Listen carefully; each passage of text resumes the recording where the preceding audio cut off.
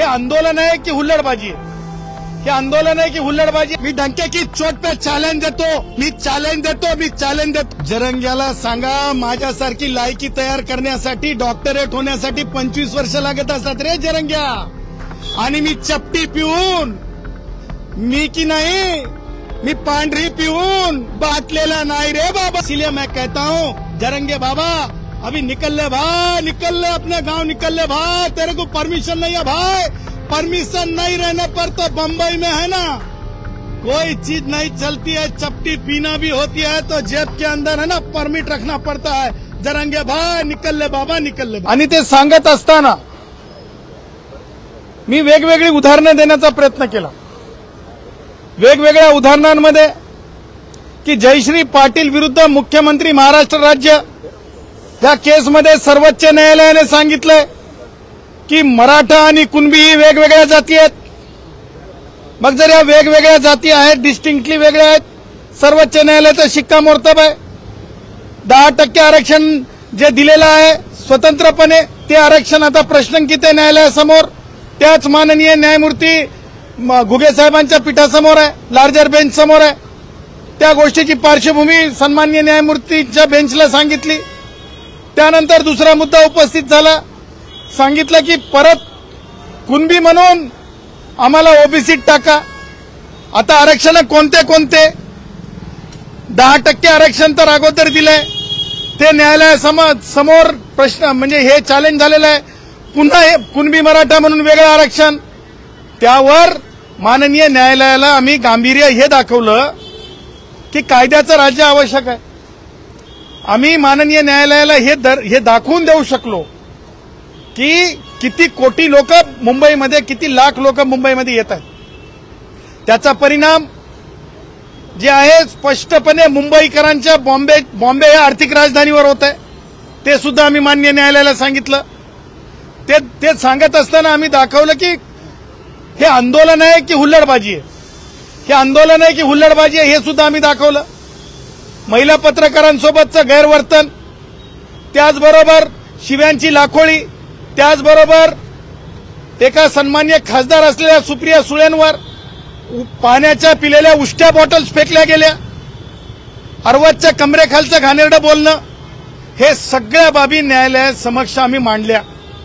आणि त्याचबरोबर आम्ही माननीय न्यायालयाला आज प्रामाणिकपणे हे सांगितलं की अशा प्रकारे जर कायदा चालणारच नसेल तर काय होणार. आम्ही सांगितलं उद्या शाळेचा प्रश्न आहे. माननीय न्यायालयाने हे सगळं आमचा युक्तिवाद ऐकल्याच्या नंतर उपस्थित सन्मान्य 3 वकील जे इतर होते त्या वकील महोदयांना विचारलं न्यायालयाने, तुम्ही कोणासाठी आहात, तुम्ही कुणासाठी आहात, तुम्ही कुणासाठी आहात?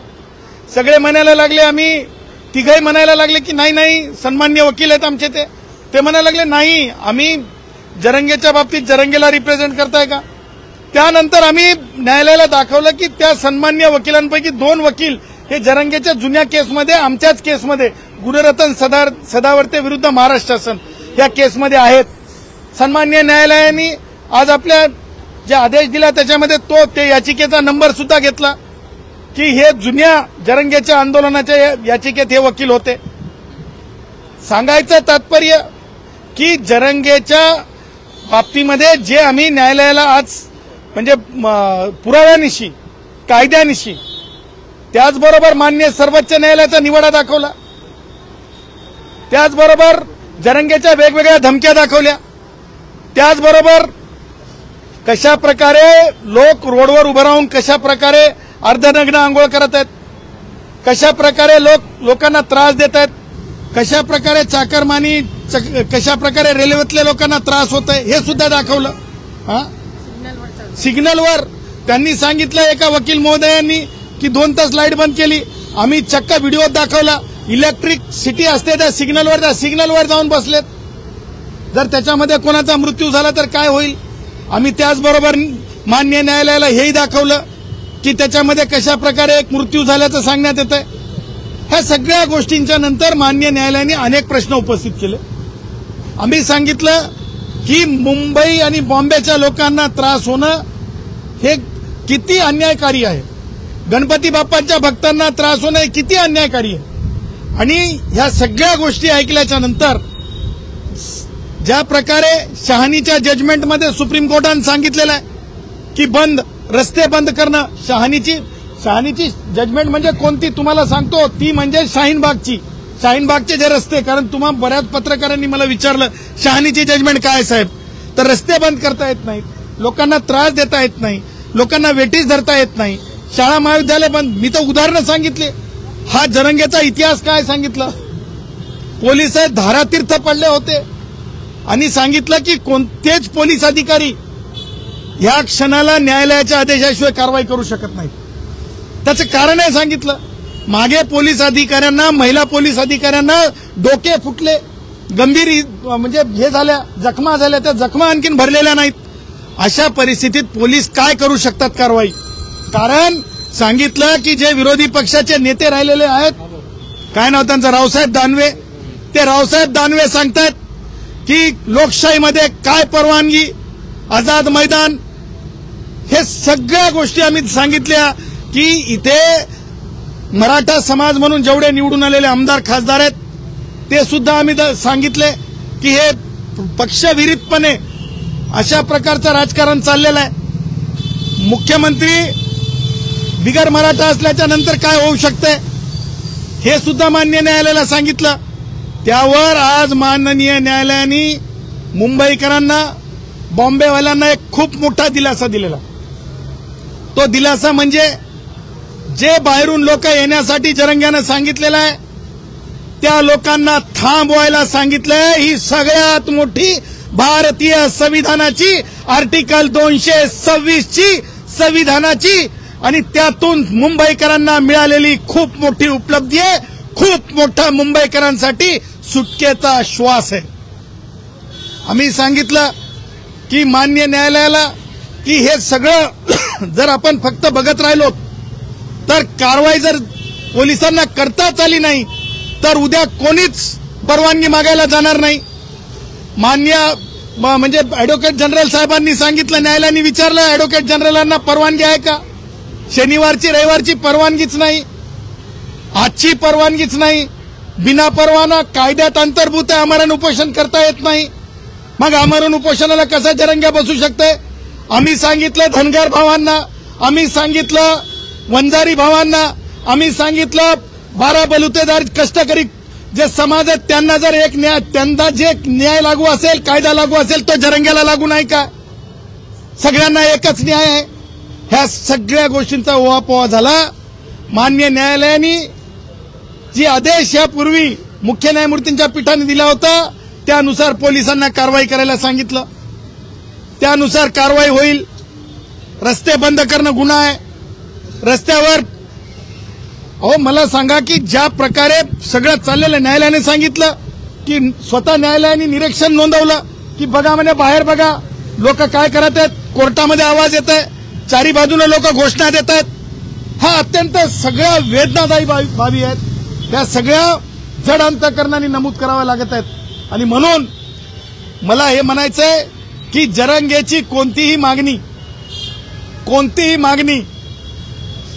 मागणी संविधानाचा विद्यार्थी म्हणून, भारतीय संविधानाचं एक नातं माझ्यासोबत आहे म्हणून, परत ताच कॉस्ट ऑफ रिपिटेशन सांगतो, कोणत्याही गॅझेटरच्या आधारे मागासले पण जाहीर होऊ शकत नाही. आणि गॅझेटर हा एक तो एक document, one of the document असतो. त्यामुळे त्या आधारे कोणतंही जात प्रमाणपत्र दिलं जाऊ शकत नाही.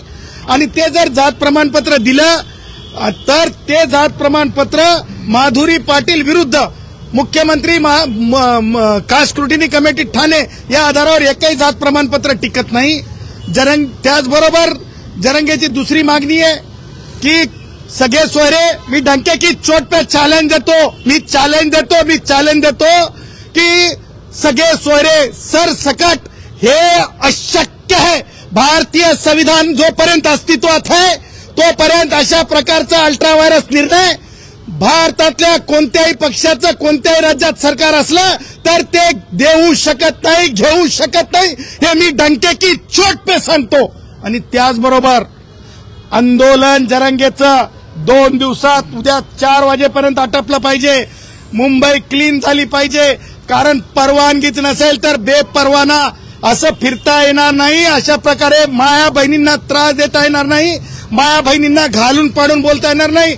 मी तर सांगितलं माननीय मुख्यमंत्र्यांच्या बाबतीत काय बोलतात, महिलांच्या बाबतीत काय बोलतो हा माणूस, ह्या सगळ्या गोष्टी मान्य न्यायालयाला सांगितल्यात, न्यायालयाला अवगत केलेल्या आहेत. आणि मला असं वाटतंय की न्यायालयाने आज एक मोठ्या सुनावणीनंतर ज्या प्रकारे न्यायालयाने आदेश दिलेला आहे तो आदेश भारतीय संविधानाच्या आर्टिकल 144 खाली राज्यकर्त्यांना बंधनकारक आहे, विरोधी पक्षाला बंधनकारक आहे, पोलिसांना बंधनकारक आहे. 4 पर्यंत जर खाली नाही झालं तर पुन्हा कंटेम्प्ट दाखल होऊ शकतं का? उद्या 4 पर्यंत जर हे झालं नाही तर बघा, अल्टिमेटम दणका हे शब्द मी वापरणार नाही. मी संविधानिक शब्द सांगतो. भारत का संविधान सर आंखों पर है, भारत का संविधान सर्वश्रेष्ठ है, भारत के संविधान से बड़ा कोई नहीं है. और जब भारत के संविधान के तहत माननीय उच्च न्यायालय अपना डिसीजन देते हैं तो उस डिसीजन को हर किसी ने मानना, ये हर किसी की जिम्मेदारी है. नहीं मानोगे तो कंटेम्प्ट ऑफ कोर्ट होता है, और उस कंटेम्प्ट ऑफ कोर्ट के अंदर जो है सलाखों के पीछे यानी जेल में जाने तक की नौबत होती है. असंही आज या ठिकाणी तुमच्यावर बोलताना असं म्हणाले जरांगे की तुम्ही या ठिकाणी नेत्यांचे पायपोस बूट सगळे आणि भिकारी आहात वगैरे अशा पद्धतीचा शब्दप्रयोग तुमच्या बाबतीत केला त्यांनी. आणि यालाच जोडून एक दुसरा प्रश्न असा की पत्रकारांना जो त्रास होतोय त्याच्यावरही ते टिप्पणी करतायत. एक सगळ्यात अगोदर सांगतो, जरंग्याला सांगा माझ्यासारखी लायकी तयार करण्यासाठी डॉक्टरेट होण्यासाठी 25 वर्ष लागत असतात रे जरंग्या. आणि मी चपटी पिऊन, मी की नाही, मी पांढरी पिऊन बाटलेला नाही रे बाबा. माझी आई लय कडक होती म्हणून माझी आई संविधानानं जगायला शिकवलं. ती अशी छडी घेऊन उभी राहायची, लोकांना त्रास देणं तर सोड जरंग्या. आईच्या संस्कारातून घडलेली लेकरं ही चुकीच्या मार्गाने जात नसतात. तुला घालून पाडून बोलायची सवय ह्याच्यासाठीच आहे. आणि मला असं वाटतंय तू आईकड नाही सासरवाडीत आहे, तू आईकड नाही सासरवाडीत आहे, तू आईकड नाही सासरवाडीत आहे. म्हणून खूप जरंग्या तुला माझ्यासारखं होण्यासाठी खूप तुला सांगतो माय बहिणीची मान मर्यादा राखायचं शिकावं लागेल. अशा तुम्हाला सांगतो गलिच्छ विचार असलेल्या माणसाला, अशा महिलांच्या बाबतीत हाणून पाडून बोलणाऱ्या माणसाला, समाजाला धनगर भावांना माझ्या काय बोललाय हा बांबू. अरे हे बोलण्याची याला काही म्हणजे डोकं ठिकाण्यावर आहे का? याला कायदाच ठिकाण्यावर आणू शकते. म्हणून मी मान्य न्यायालयाला योग्य ठिकाणी आम्ही आमचे विचार मांडलेले. न्यायालयाने सांगितलं की वेशीवरच अडवा, पण जर ते वेगळ्या मार्गाने मुंबईत घुसण्याचा त्यांनी प्रयत्न केला, रेल्वेच्या मार्गाने किंवा इतर काही गोष्टीने तुरळक संख्येने घुसले तर कसं पाहताय? सगळ्या सिम्पथायझरला राष्ट्रवादी काँग्रेसचे वयोवृद्ध पुढारी शरद पवार यांचा देखील न्यायालयामध्ये काय रोल असू शकतो, उद्धवचा काय रोल असू शकतो. काय नाव ते माझी हे काय नाव त्यांचं ते दानवे, काय अंबादास दानवेंच्या बाबतीमध्ये ते काय बोलले कायदे बघा. हे सगळं असं हे जे रोल आहेत ते रोल आम्ही ते सगळे न्यायालयासमोर ठेवलेले आहेत. कानून के हाथ लंबे होते हैं जरंगे, बोलने से बात नहीं बनती, कानून में होना चाहिए. और जो कानून को नहीं मानता उसका जो कोर्ट है, कोर्टों के सामने कोई मतलब नहीं होता है. इसीलिए हम यही कहेंगे जरंगे, हम यही कहेंगे दवाखाने चले जाओ, अपने तबीयत का ध्यान रखो. तुम्हें परवानगी है नहीं है, अपने गांव लौट जाओ. आम बच्चों के ऊपर वो नौबत मत लाओ जिससे उनका अपना करियर किसी ने कंप्लेंट होने पर, उनका नाम दर्ज होने पर उनका जो है पूरा के पूरा एजुकेशनल करियर, उनका नौकरी का करियर खराब मत करो. और मैं उसी के साथ मेरे मराठा भाइयों को कहूंगा, वो मेरे लगते जिगर है. हम जातिवादी नहीं है, किसी जात के बारे में बुरा सोचते नहीं है. जरंगे का मत सुनो भाइयों, अपने गांव शांति से लौट जाओ. उद्धव का मत सुनो, तुम ना तो हमारे जो भी विपक्ष के नेता हैं उनका मत सुनो, क्योंकि गलियारों का चुनाव है. गलियारों के चुनाव के मद्देनजर ये सब कर रहे हैं. ये भी आज हमने मान्य न्यायालय को अवगत किया है. त्याच्यामुळं माझे मराठा भाऊ आजची न्यायालयाचा आदेश ऐकल्याच्या नंतर, आजचा न्यायालयाचा आदेश ऐकल्याच्या नंतर ते परत आपल्या गावाकडे जातील, सुख शांतीनं जातील. ते भूलभुलैयामधून बाहेर पडतील, गुमरांगमधून बाहेर पडतील. जे उद्धव ठाकरे असतील, राष्ट्रवादी काँग्रेसच्या वयोवृद्ध पुढारी शरद पवार असतील, यांच्या भूलभुलैयामधून बाहेर पडतील, हेच मी सरते शेवटी. युक्तिवाद ज्यावेळेला सुरू होता त्यावेळेला महाधिवक्ता जे आहेत वीरेंद्र कराड हे वारंवार कोर्टाला विनंती करताना पाहायला मिळालं की तुम्ही निर्देश द्या, तुम्ही निर्देश द्या. हा. सरकार हातबल आहे का? बघा, हा मुद्दा आहे ना, राजकारण्यांनी म्हणजे शरद पवार असतील, उद्धव ठाकरे असतील किंवा दानवे असतील किंवा जे कोणी असतील, त्यांच्या बाबतीमध्ये आपण एक प्राकार्यानं बघा की हा राजकीय मुद्दा करण्याचा प्रयत्न केला. जसं तुम्हाला सांगतो, ह्यापूर्वी संविधान खतरे में है ही काँग्रेसांची चाल असते. हे आता काँग्रेसांच्या चालीचा एक काय म्हणतो, एक प्यादा आहे उद्धव. तुम्हाला सांगतो, काँग्रेसांच्या चालीचा एक प्यादा आहे. म्हणून आज बघा, तुम्हाला सांगतो, संविधान खतरे में है, संविधान खतरे में म्हणणारा संजय काही दिवसापूर्वी तुम्ही ऐकला की संविधान बदल दो. तुम्ही ऐकलं ना, संविधान बदल दो. ह्या सगळ्या गोष्टी आहेत ना, न्यायालयाच्या संबंधानं फार महत्वाच्या ह्याच्यासाठी आहेत की याच्यामधलं राजकीय अंग काय हे आम्ही दाखवायचा प्रयत्न केला. आणि म्हणून आम्ही न्यायालयाला सांगितलं की कायदा अंमलात आणण्यासाठी न्यायालयाच्या आदेशाची गरज असते. न्यायालयाला ज्यावेळेस श्री वीरेंद्र श्राफ ऍडव्होकेट जनरल यांनी ज्यावेळेस सांगितलं की हा आदेश होता, त्या आदेशामध्ये अमित शहानीची जजमेंट रेफर केली होती की बंद कसा करता येत नाहीत रस्ते, त्यावर न्यायालयाने स्पष्ट सांगितलं की ह्या जजमेंटला आम्ही परत तुम्ही उद्यापर्यंत एन्फोर्स करा, म्हणजे अंमलात आणा. आणि वीरेंद्र सन्मान कसं असतंय की कोर्ट ऑफिसर म्हणून मग कुणी असो, मी असो, जरंगेचे वकील असो किंवा महाभियुक्त असो, कोर्टाने काय आदेश दिले ते प्रामाणिकपणे कोर्टासमोर ठेवावं लागतंय. आणि माझं म्हणणं आहे की ह्या गोष्टीला आता राजकारण म्हणून पाहू नका, कोणत्या समाजाचे मुख्यमंत्री आहेत म्हणून पाहू नका, आपले काय नाव त्यांचं, आपले काय ते उपसमितीचे अध्यक्ष राधाकृष्ण विखे पाटील कोणत्या जातीचे आहेत हे म्हणून बघू नका. या गोष्टीला संविधानाच्या नजरेतून सर्वांनी बघावं ही माझी भावना आहे. आणि मी हेच न्यायालयाला सुद्धा सांगितलं की जातीच्या चष्म्यातून कोणी अशा ह्या प्रकरणामध्ये बघू नये.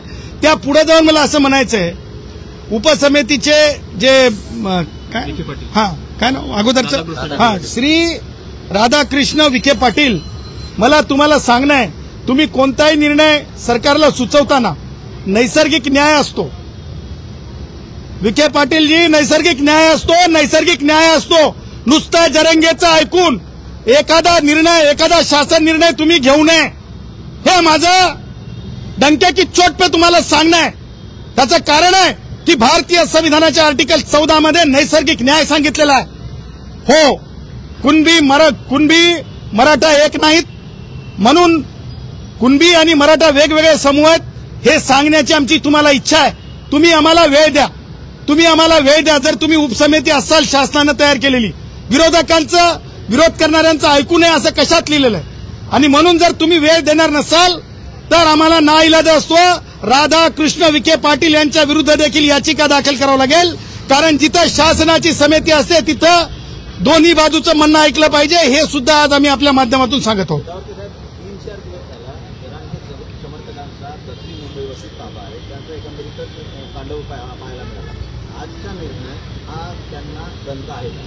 बघा, दणका, अल्टिमेटम, गोळ्या घाला, बाजार उठवतो, हे की नाही ते झाकीर नायक होतं की नाही, ते सीमा पलीकडल्या लोकांचं ऐकून काम करीत गेलं हरामखोर. पाकिस्तानात पळून गेले की कुठे गेले ही त्याची भाषा आहे. हे काही शब्द हे जरंगे वापरताय त्याच्यातले आम्ही नवं. आम्ही हे म्हणता की कोर्टानं आपल्या भाषेमध्ये, आपल्या शब्दामध्ये, संविधानिक शब्दामध्ये पोलिसांनी काय करावं, जरंग्यानं काय करावं, आमची काय भूमिका, तिन्ही गोष्टी आलेल्या आहेत. तेव्हा न्यायालयाने सांगितलेलं पोलिसांनी ऐकावं, जरंगेच्या समर्थकांनी ऐकावं, जरंग्यानं ऐकावं, आणि आम्ही ऐकलेलं नाही. बघा, मन की बात कसं आहे तुम्हाला सांगतो, मन की बात हमारी संविधान की बात होती है. जो संविधान से बोल निकलते हैं वही हम सर आंखों पे समझते हैं. संविधान से बड़ा कोई नहीं है बाबा. इसीलिए मैं कहता हूँ, जरंगे बाबा अभी निकल ले भाई, निकल ले, अपने गांव निकल ले भाई. तेरे को परमिशन नहीं है भाई.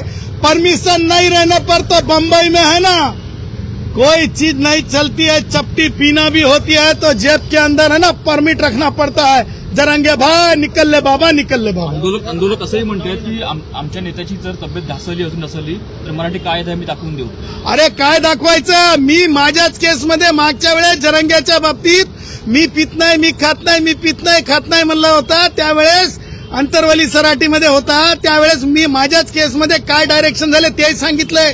जर तब्येत खराब झाली तर जे हॉस्पिटलला घेऊन जातात पोलीसवाले उचलून, त्यांना अधिकार आहे पोलिसांना तब्येत खराब झाल्याच्या नंतर उचलून देण्याचा। त्यामुळं कोण काय म्हणतंय ह्याच्यापेक्षा संविधान काय म्हणतंय हे महत्वाचं आहे। ते काळ गेला, गावामध्ये चलती होती, आता काळ आहे गाव तांडे वाड्या सगळीकडे फक्त संविधानाची चलती आहे।